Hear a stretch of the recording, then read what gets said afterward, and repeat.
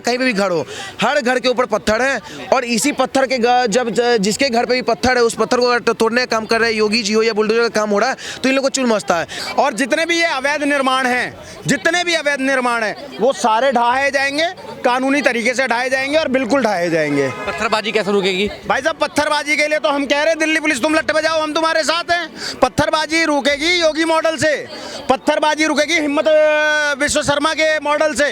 पत्थरबाजों का जब पिछवाड़ा लाल किया जाएगा, पत्थरबाजों के जब घर पे बुलडोजर चलना शुरू होगा, पत्थरबाजी अपने आप रुक जाएगी।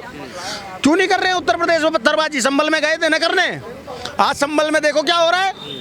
चौकी भी बन गई, सब कुछ बन गया, मंदिर भी बन गया, लोग पूजा भी कर रहे हैं। तो योगी आदित्यनाथ की तरह आज पूरे देश को योगी मॉडल अपनाने की आवश्यकता हो गई है। और जिस दिन योगी मॉडल के तहत पुलिस लट्ठ बजाना शुरू कर देगी, उस दिन ये जिहादी मानसिकता के लोग, ये पत्थरबाज, ये आतंकवादी, ये तमाम लोग बिल में घुस जाएंगे। ये प्रशासन का पता नहीं इतना जिगर कहाँ से आ जाता है हिंदुओं के सामने।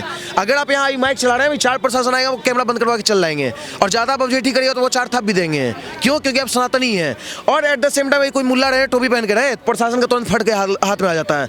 तो अगर वर्दी है तो वर्दी का पावर तुम्हारा सिर्फ एक धर्म के लिए क्यों आ रहा है, मजहब के लिए क्यों नहीं भाई?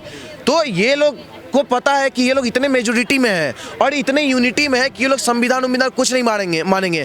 अगर मेरे धर्म के ऊपर बात आएगा तो हम संविधान को ही फाड़ेंगे और कहीं ना कहीं पूरे प्रशासन को ही मारेंगे, और करके दिखाने का वही काम कर रहे हैं। तो तुर्कमा मस्जिद के पास जो भी हुआ, वो क्या निंदा करनी चाहिए उसकी? क्योंकि मुस्लिम समाज में काफ़ी रोष है उसको लेकर। देखिए, भारत देश के अंदर कोई भी चीज़ अवैध तोड़ा जाएगा ना, तो स्वतंत्र भारतवर्ष को किसी प्रकार का दुख नहीं होगा, ठीक है? क्योंकि हम लोग आक्रमणकारियों से, मुगल के वंशजों से काफ़ी ज़्यादा परेशान है, डेली गुजरता है इन लोग के परेशानी से, ठीक है? तो अगर आने वाला टाइम में अगर कानून के तहत अगर कोई जामा मस्जिद टूट रहा हो, कोई फैजे इलाही मस्जिद टूट रहा हो, या तुर्कमान गेट ही पूरा टूट रहा हो, हमको मतलब नहीं है सर। पूरा देश का जनता खुश है, सनातनी खुश है, और हम भी दबा के खुश है जी। वो कह रहे हैं कि हमें तो दबाया जा रहा है, सरकार हमारी सुनती नहीं है, बिना बताए तोड़ दिया, रात को आके इतनी चोरी से तोड़ रहे हैं। देखिए, वो लोग तो ये भी कहते हैं हम डरे हुए हैं। हल्द्वानी में आपको याद होगा कि कितना सारा अवैध मस्जिद, दरगाह सब के ऊपर आरोप लगा था और तोड़ा गया था। तो एट अ टाइम ही कई सारे मुस्लिम के वंशज और मुस्लिम लोग जो भी थे, बुरखा वाली महिला तक, सब जगह के मस्जिद के ऊपर चढ़ जा रही है ऊपर में, और ऊपर से पत्थर चला रही है। तो हल्द्वानी हो, दिल्ली हो, बिहार हो, उत्तर प्रदेश हो, हर जगह आप देख रहे होंगे कि जहाँ पे भी अवैध मस्जिद को तोड़ा जा रहा है, ये लोग गैर कानूनी तरीके से जाके, जबकि सरकार तो कानूनी तरीके से जा रहा है, लेकिन ये लोग गैर कानूनी तरीके से जाके पत्थरबाजी किस पे कर रहा है? हमारे देश के प्रशासन पे। और इवन इसमें तो बहुत कमी हुआ है सर। हल्द्वानी का मुद्दा आप नहीं देखे थे? वहाँ ANI के पत्रकार, कई सारे अपने डिजिटल मीडिया को ही मारा गया था, कई सारे प्रशासन को ही मारा गया था, कई सारे आर्मी को ही मारा गया था। तो ये लोग इतने कायर कौम है ना कि ये लोग ना संविधान मान रहे, ना प्रशासन को मान रहे, ना IAS IPS किसी को भी नहीं। इन लोग का सिर्फ एक चीज़ है, अगर कानून, अगर राम मंदिर को तोड़ने का इजाज़त देता है तो कानून उनके लिए सर्वोपरि है। अगर कानून कह दे कि तुम्हारा अवैध मस्जिद को तोड़ेंगे, अवैध दरगाह को तोड़ेंगे, तो कानून सबसे लिए उनके लिए घटिया है। तो जो लोग कहते हैं, आप सुने भी हुए कई बार कि इस देश में संविधान या इस देश में कानून तभी तक जीवित है जब तक हिंदू मेजोरिटी में है, और ये चीज़ देखने को मिल रहा है। आपको बता दें, एक ऐसा नहीं पहली बार हुआ है, आपको हम इसके पहले भजनपुरा बता दें। भजनपुरा में एक हनुमान जी का बीच रोड पे मंदिर था, ठीक है? हो सकता है कुछ प्रॉब्लम हो रहा होगा बहुत लोग को। कानून की तरफ से, अमित शाह जी की तरफ से ऑर्डर आया कि भाई इसको हटा दिया जाए क्योंकि वो अवैध है, ठीक है? वो हटाया गया। हम रात में, क्योंकि इमोशनली हम भी अटैच थे, हम रात में वहाँ पहुँचे, और मेरे कई सारे हिंदू भाई भी वहाँ पहुँचे थे, और कई सारी महिला भी। हम लोग वहाँ पहुँच के मंदिर को बचा रहे थे। वहाँ पे क्या हुआ, प्रशासन आया, आंसू गैस छोड़ा, उल्टे हम लोग लाठी खाए और मंदिर नहीं बचा पाए। हम लोग वहाँ से, जैसे पुलिस लाठी चला, हम लोग कानून का सम्मान करके हम लोग वहाँ से निकले। ये है सनातनी का प्रूफ कि हम सनातनी हैं। हम पुलिस पे हाथ नहीं छोड़ सकते थे, हम लोग कायर थोड़ी है। लेकिन ये लोग एट द सेम टाइम, हम तो भाग गए वहाँ से। हम बोले कि चलो भाई, हनुमान जी का मंदिर गया है, हनुमान जी के मंदिर को हम लोग प्रशासन के द्वारा वहीं पे स्थापित करवा दी थाना में। लेकिन ये लोग प्रशासन तक को मार रहा है। तो सर, ये लोग जो बोलता है ना लोग किराएदार, एक बात बताइए, अगर आप इस देश के मालिक है तो आप कभी नहीं चाहिएगा कि इस देश के सरकारी संपत्ति को ठेस पहुंचाना, कभी नहीं चाहिएगा, क्योंकि एक एक जमीन का कतरा आपका है। लेकिन अगर आप कहीं ठेस पहुंचा रहे, डेट मींस आप किराएदार हैं। आप यहाँ का नल खराब कर दीजिए, आप यहाँ पे कहीं बम फट जाइए, कहीं आप यहाँ पे पोल तोड़ दीजिए, तो इससे साफ साफ सिद्ध होता है आप लोग किराएदार है। आप लोग देश के कहीं ना कहीं अखंडता करना चाह रहे हैं और खंड खंड करके तोड़ना चाह रहे हैं। अगर कानून को मानते हो तो अगर अवैध मस्जिद या दरगाह कहीं पे भी तोड़ा जा रहा है तो बिल्कुल उसका सम्मान करो, जैसे सनातनी कर रहे हैं जी। आप एक बात बताइए, ऐसे तो है नहीं कि पहली घटना है पत्थरबाजी की, तमाम सालों से घटनाएं बढ़ती जा रही हैं। जहां भी मुस्लिम इलाके में अतिक्रमण तोड़ा जाता है, अवैध अतिक्रमण जो होता है, सारी घटनाएं पत्थरबाजी के सामने जाती है। इन पर अंकुश क्यों नहीं लगता है आज तक? अंकुश लगाने की बात तो छोड़िए, सबसे बड़ा बात है ये लोग प्री प्लान्ड कितना है वो देखिए। अभी आपको बता दें, अभी से पिछले साल हम मेवात में गए थे, क्या बोलते हैं, ब्रिज का यात्रा था, ठीक है? उस उस यात्रा में जब गए थे मेवात के अंदर जाने के बाद वहाँ पे पेट्रोल बम और कई सारा एसिड और कई सारा ऐसा पत्थर, नॉर्मल पत्थर नहीं, जो ट्रेन के पटरी पे बिछता है पत्थर, वो वाला पत्थर तक मारा गया, नोकीला वाला। तो सोच लीजिए ये लोग इतने प्री प्लान्ड कैसे होते हैं। मान लेते हैं कुछ टाइम के लिए कि हाँ हिंदू कहीं दंगाई कर दी है, हिंदू दंगाई होता है, आतंकवादी होते हैं, मान लेते हैं कुछ देर के लिए, वो गए वहाँ पे आतंकवाद फैलाने। तुम तो वहाँ पे नॉर्मल तरीके से रहते इंसान की तरह, तुम्हारे पास नोकीला पत्थर, एसिड, पेट्रोल बम, ये सब कहाँ से है?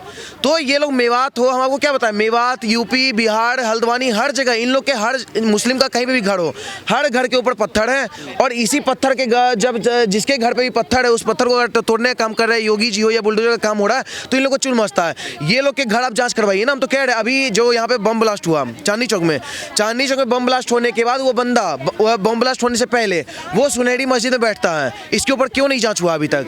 ना आतंकवादी का भी कोई आता पता, मारा जाए ना मारा जाए उससे मतलब नहीं है, लेकिन ये तो आपको जांच करना चाहिए ना कि आखिर वो 3 घंटे तक क्या कर रहा था सुनहरी मस्जिद में। क्या पता वहाँ का जो मौलाना था वो उसको फंड दे रहा हो कि जाओ तुम फटो, क्या पता वहाँ का मौलाना उसको बम प्रोवाइड किया हो कि ये बम फोड़ना है वहाँ पे। तो कोई जांच नहीं। हमारा देश का सरकार भी इन लोग को देख के चुप्पी साध लेता है। तो कहीं ना कहीं सरकार को जांच बैठाना चाहिए इस देश के प्रत्येक मुस्लिम के घर पे, क्योंकि एक बार आप जांच बैठाइए, अगर ना मिला तो ठीक है, मान लेंगे हर एक मुस्लिम अच्छे नहीं, बुरे नहीं होते हैं, अब एक बार जांच तो बैठाइए। हर मुस्लिम के घर में पत्थर, हर मुस्लिम के घर में पेट्रोल बम और सब चीज भरा पड़ा है, लेकिन सरकार इसके ऊपर कोई कार्रवाई नहीं कर रहा। और मार हम लोग नहीं खाते हैं। अब बताइए हम लोग को कोई मारा हो मुस्लिम तो कोई नहीं मार सकता हम लोग को, क्योंकि हम लोग उस तरीके से मजबूत है। मारता किसको है? मार कौन खा रहा है? प्रशासन ही हमारा। और ये प्रशासन का पता नहीं इतना जिगर कहाँ से आ जाता है हिंदुओं के सामने। अगर आप यहाँ माइक चला रहे हैं, 4 प्रशासन आएगा, वो कैमरा बंद करवा के चल जाएंगे, और ज्यादा बबजेठी करेगा तो वो 4 थप भी देंगे। क्यों? क्योंकि आप सनातनी है। और एट द सेम टाइम कोई मुल्ला रहे, टोपी पहन के रहे, प्रशासन का तुरंत फट के हाथ में आ जाता है। तो अगर वर्दी है तो वर्दी का पावर तुम्हारा सिर्फ एक धर्म के लिए क्यों आ रहा है, मजहब के लिए क्यों नहीं भाई? तो ये लोग को पता है कि ये लोग इतने मेजोरिटी में है और इतने यूनिटी में है कि ये लोग संविधान कुछ नहीं मानेंगे। अगर मेरे धर्म के ऊपर बात आएगा तो हम संविधान को ही फाड़ेंगे और कहीं ना कहीं पूरे प्रशासन को ही मारेंगे, और करके दिखाने का वही काम कर रहे हैं। फेलियर किसका है? आप कह रहे हैं कि पुलिस वालों का ऐसा बिहेवियर, टोपी वाला दिख जाए तो उनको कुछ नहीं कहेंगे, इसमें फेलियर किसका है? आज बीजेपी की सरकार है, उत्तर प्रदेश की बात करूं, मैं दिल्ली की बात करूं, कहते हैं बीजेपी सरकार तो हिंदुओं की सरकार है, तो तब कहाँ वो सरकार है? उनका प्रशासन तो उनका ही है ना सर। भाजपा सरकार के ही होने के नाते हम बता रहे हैं आपको, भजनपुरा में एक मार रो रही थी, ठीक है, भजनपुरा मंदिर के पास एकदम लपेट के, हम तो भाई वहां से निकल गए क्योंकि हम कानून को सम्मान करते हैं। बोले ठीक है भाई, अगर लास्ट में हटना ही है तो निकल जाते हैं। लेकिन वो जो माँ थी ना, जो उनको डेली वहाँ जल चढ़ाती थी और जल माला वाला चढ़ाती थी, प्रसादी चढ़ाती थी, वो माँ वहाँ रो रही है, कह रही बस हमको आधा घंटा और दे दो, हम हनुमान जी को पकड़ के रहना चाहते हैं। उस हनुमान जी को वहाँ का जो एसीपी बन के आया था पकड़ने तक नहीं दिया। तो आप सोच लीजिए कि एक आधा घंटा तक के लिए टाइम नहीं दिया जाता महिला को, और वहाँ पे आंसू गैस छोड़ दिया जाता है। लेकिन वहाँ पे अगर मुस्लिम रहे तो मुस्लिम के से पत्थर भी खा लोगे, वहाँ बैरिकेटिंग भी तोड़वा लोगे, और मार के दौड़ा के आराम से दौड़ाते हुए मार भी खाते हुए चल रहोगे। तो प्रशासन का कहीं ना, प्रशासन तो जिम्मेदार है ही, लेकिन हमारा देश का सरकार भी जिम्मेदार है, चाहे कांग्रेस हो बीजेपी हो, क्योंकि इस समुदाय के सामने सब लोग कमजोर पड़ रहे हैं। और वजह सिर्फ एक है, क्योंकि ये लोग मूर्खों में और एकता इतना रखे हुए हैं कि ये लोग प्रशासन, सरकार, मोदी उदी किसी को कुछ मानते नहीं। जरूरत पड़ेगा तो उन लोग को मारने का काम करेंगे, और मार रहे भी हैं।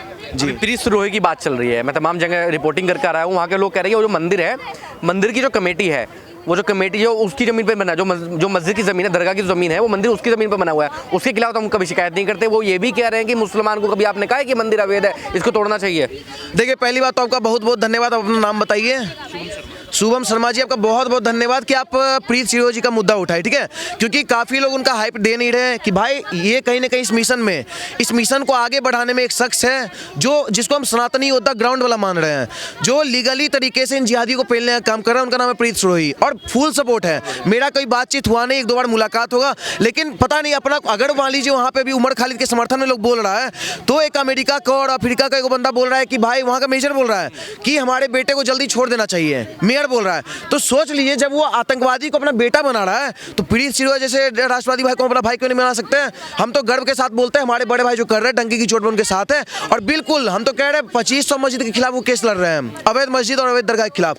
फुल सपोर्ट, आप लड़िए, और कहीं ना कहीं जितना उनका मजबूत टीम है ना, आप अभी बोले कि क्या बोलते हैं, मंदिर मस्जिद कर रहे हो, जहाँ पे भी PL फाइल किए हो, जहाँ पे भी RTI लगाए हो, कहाँ पे वो गलत साबित हुए है ये बताइए। जहाँ जहाँ वो लगा है 3-4 केस सॉल्व होते गया है और कहीं ना कहीं कानूनी तरीके से वो कर रहे हैं। तो इस देश के लिए हम सनातनियों के लिए भी एक मैसेज देना चाहते हैं, काम करना है तो पीड़ित श्री भैया जैसे काम करो लीगली तरीके से। मस्जिद तोड़वाओ ना भाई, दबा के तोड़वाओ, हम भी तो खुश हो रहे हैं, देश का हर एक जनता खुश है, लेकिन लीगल तरीके से। अब कुछ मूर्ख लोग आते हैं, उम्मीद देंगे मस्जिद पे जाके, वो तोड़ने का खुद चल रहा है। भाई तिहाड़ जाओगे, बंगला ये क्या बोलते हैं मंडोली जेल चल रहोगे, ये नहीं। लीगली वैसे अगर कोई काम कर रहा है तो पीड़ित श्री है और बहुत डंके की चोट पे सही काम कर रहे हैं। आज के डेट में जो हम लोग बोलते थे ना, मोदी जी बोलते हैं जहाँ जहाँ खुदा है वहाँ वहाँ खुदेगा, जहाँ नहीं खुदा है वहाँ भी खुदेगा, इसको सिद्ध करवाने का काम वो भैया कर रहे हैं, फुल सपोर्ट है। जी मुझे आप एक बात बताइए, अभी गाजियाबाद के पिंकी चौधरी हैं जिसमें आपने देखा होगा तमाम एफआईआर हुई, अब जेल भी चले गए, गिरफ्तार हो गए हैं। ऐसे ही जैसे उमर खालिद है, इनको तो हम लोग कह रहे हैं आतंकवादी हैं, समर्थन करते हैं, देश विरोधी बातें करते हैं, इनके लिए खत आपके न्यूयॉर्क से आ जाते हैं। लेकिन देश में जब पिंकी चौधरी जैसे नेता को गिरफ्तार किया जाता है, जो हाँ प्रीत सिरोही और जैसे ये लोग हैं जो हिंदू के लोगों को सपोर्ट करते हैं, इन लोगों के खिलाफ हम लोग कहाँ खड़े हैं, हिंदू समाज कहाँ खड़ा है? देखो प्रीत सिरोही अपना भाई है, एक बार मुलाकात भी हुई है यहीं जंतर मंतर पे, लेकिन मैं प्रीत सिरोही को बहुत बहुत साधुवाद देता हूं, नमन करता हूं कि एक ऐसा योद्धा सनातन का जो कानूनी तरीके से इन जिहादियों को रेलने का काम कर रहा है और तमाम दरगाह मुक्त दिल्ली, दरगाह मुक्त भारत करने का काम कर रहा है। ठीक है, मैं चाहता हूं कि प्रीत सिरोही की उम्र महादेव लंबी करें, दीर्घायु प्रदान करें और वो भाई इसी मजबूती के साथ काम करें और हम प्रीत सिरोही के साथ कंधे से कंधा मिला के खड़े हैं। जहां हमारे भाई को जरूरत होगी हम उसके साथ खड़े हैं और जितने भी ये अवैध निर्माण हैं, जितने भी अवैध निर्माण हैं वो सारे ढाए जाएंगे, कानूनी तरीके से ढाए जाएंगे और बिल्कुल ढाए जाएंगे। पत्थरबाजी कैसे रुकेगी? भाई साहब पत्थरबाजी के लिए तो हम कह रहे हैं दिल्ली पुलिस तुम लट्टे बजाओ, हम तुम्हारे साथ हैं। पत्थरबाजी रुकेगी योगी मॉडल से, पत्थरबाजी रुकेगी हिम्मत विश्व शर्मा के मॉडल से। पत्थरबाजों का जब पिछवाड़ा लाल किया जाएगा, पत्थरबाजों के जब घर पे बुलडोजर चलना शुरू होगा, पत्थरबाजी अपने आप रुक जाएगी। क्यों नहीं कर रहे हैं उत्तर प्रदेश में पत्थरबाजी? संभल में गए थे ना करने, आज संभल में देखो क्या हो रहा है, चौकी भी बन गई, सब कुछ बन गया, मंदिर भी बन गया, लोग पूजा भी कर रहे हैं। तो योगी आदित्यनाथ की तरह आज पूरे देश को योगी मॉडल अपनाने की आवश्यकता हो गई है और जिस दिन योगी मॉडल के तहत पुलिस लट बजाना शुरू कर देगी उस दिन ये जिहादी मानसिकता के लोग, ये पत्थरबाज, ये आतंकवादी, ये तमाम लोग बिल में घुस जाएंगे। लेकिन जब तक इनको संरक्षण दिया जाएगा, इनको बार बार भटका हुआ नौजवान बोला जाएगा, इनको बार बार बेनिफिट ऑफ डाउट दिया जाएगा, इनको छोड़ दिया जाएगा, तो ये करते रहेंगे। इनकी देखो एक समस्या है, मैं सिर्फ भारत की बात नहीं करता हूँ, पूरे विश्व की बात करता हूँ। जहाँ जहाँ भी ये हैं, एक अरब को छोड़ दूं तो बाकी जहाँ पर भी है ना, वहाँ पर ये आपस में भी लड़ रहे हैं। ये लोग शांति प्रिय है ही नहीं, इनको समझ गए। तो उस मानसिकता के तहत ये लोग ये सारे काम कर रहे हैं, लेकिन इनका इलाज सिर्फ और सिर्फ योगी मॉडल से ही संभव है, उसके अलावा और कोई मॉडल नहीं है।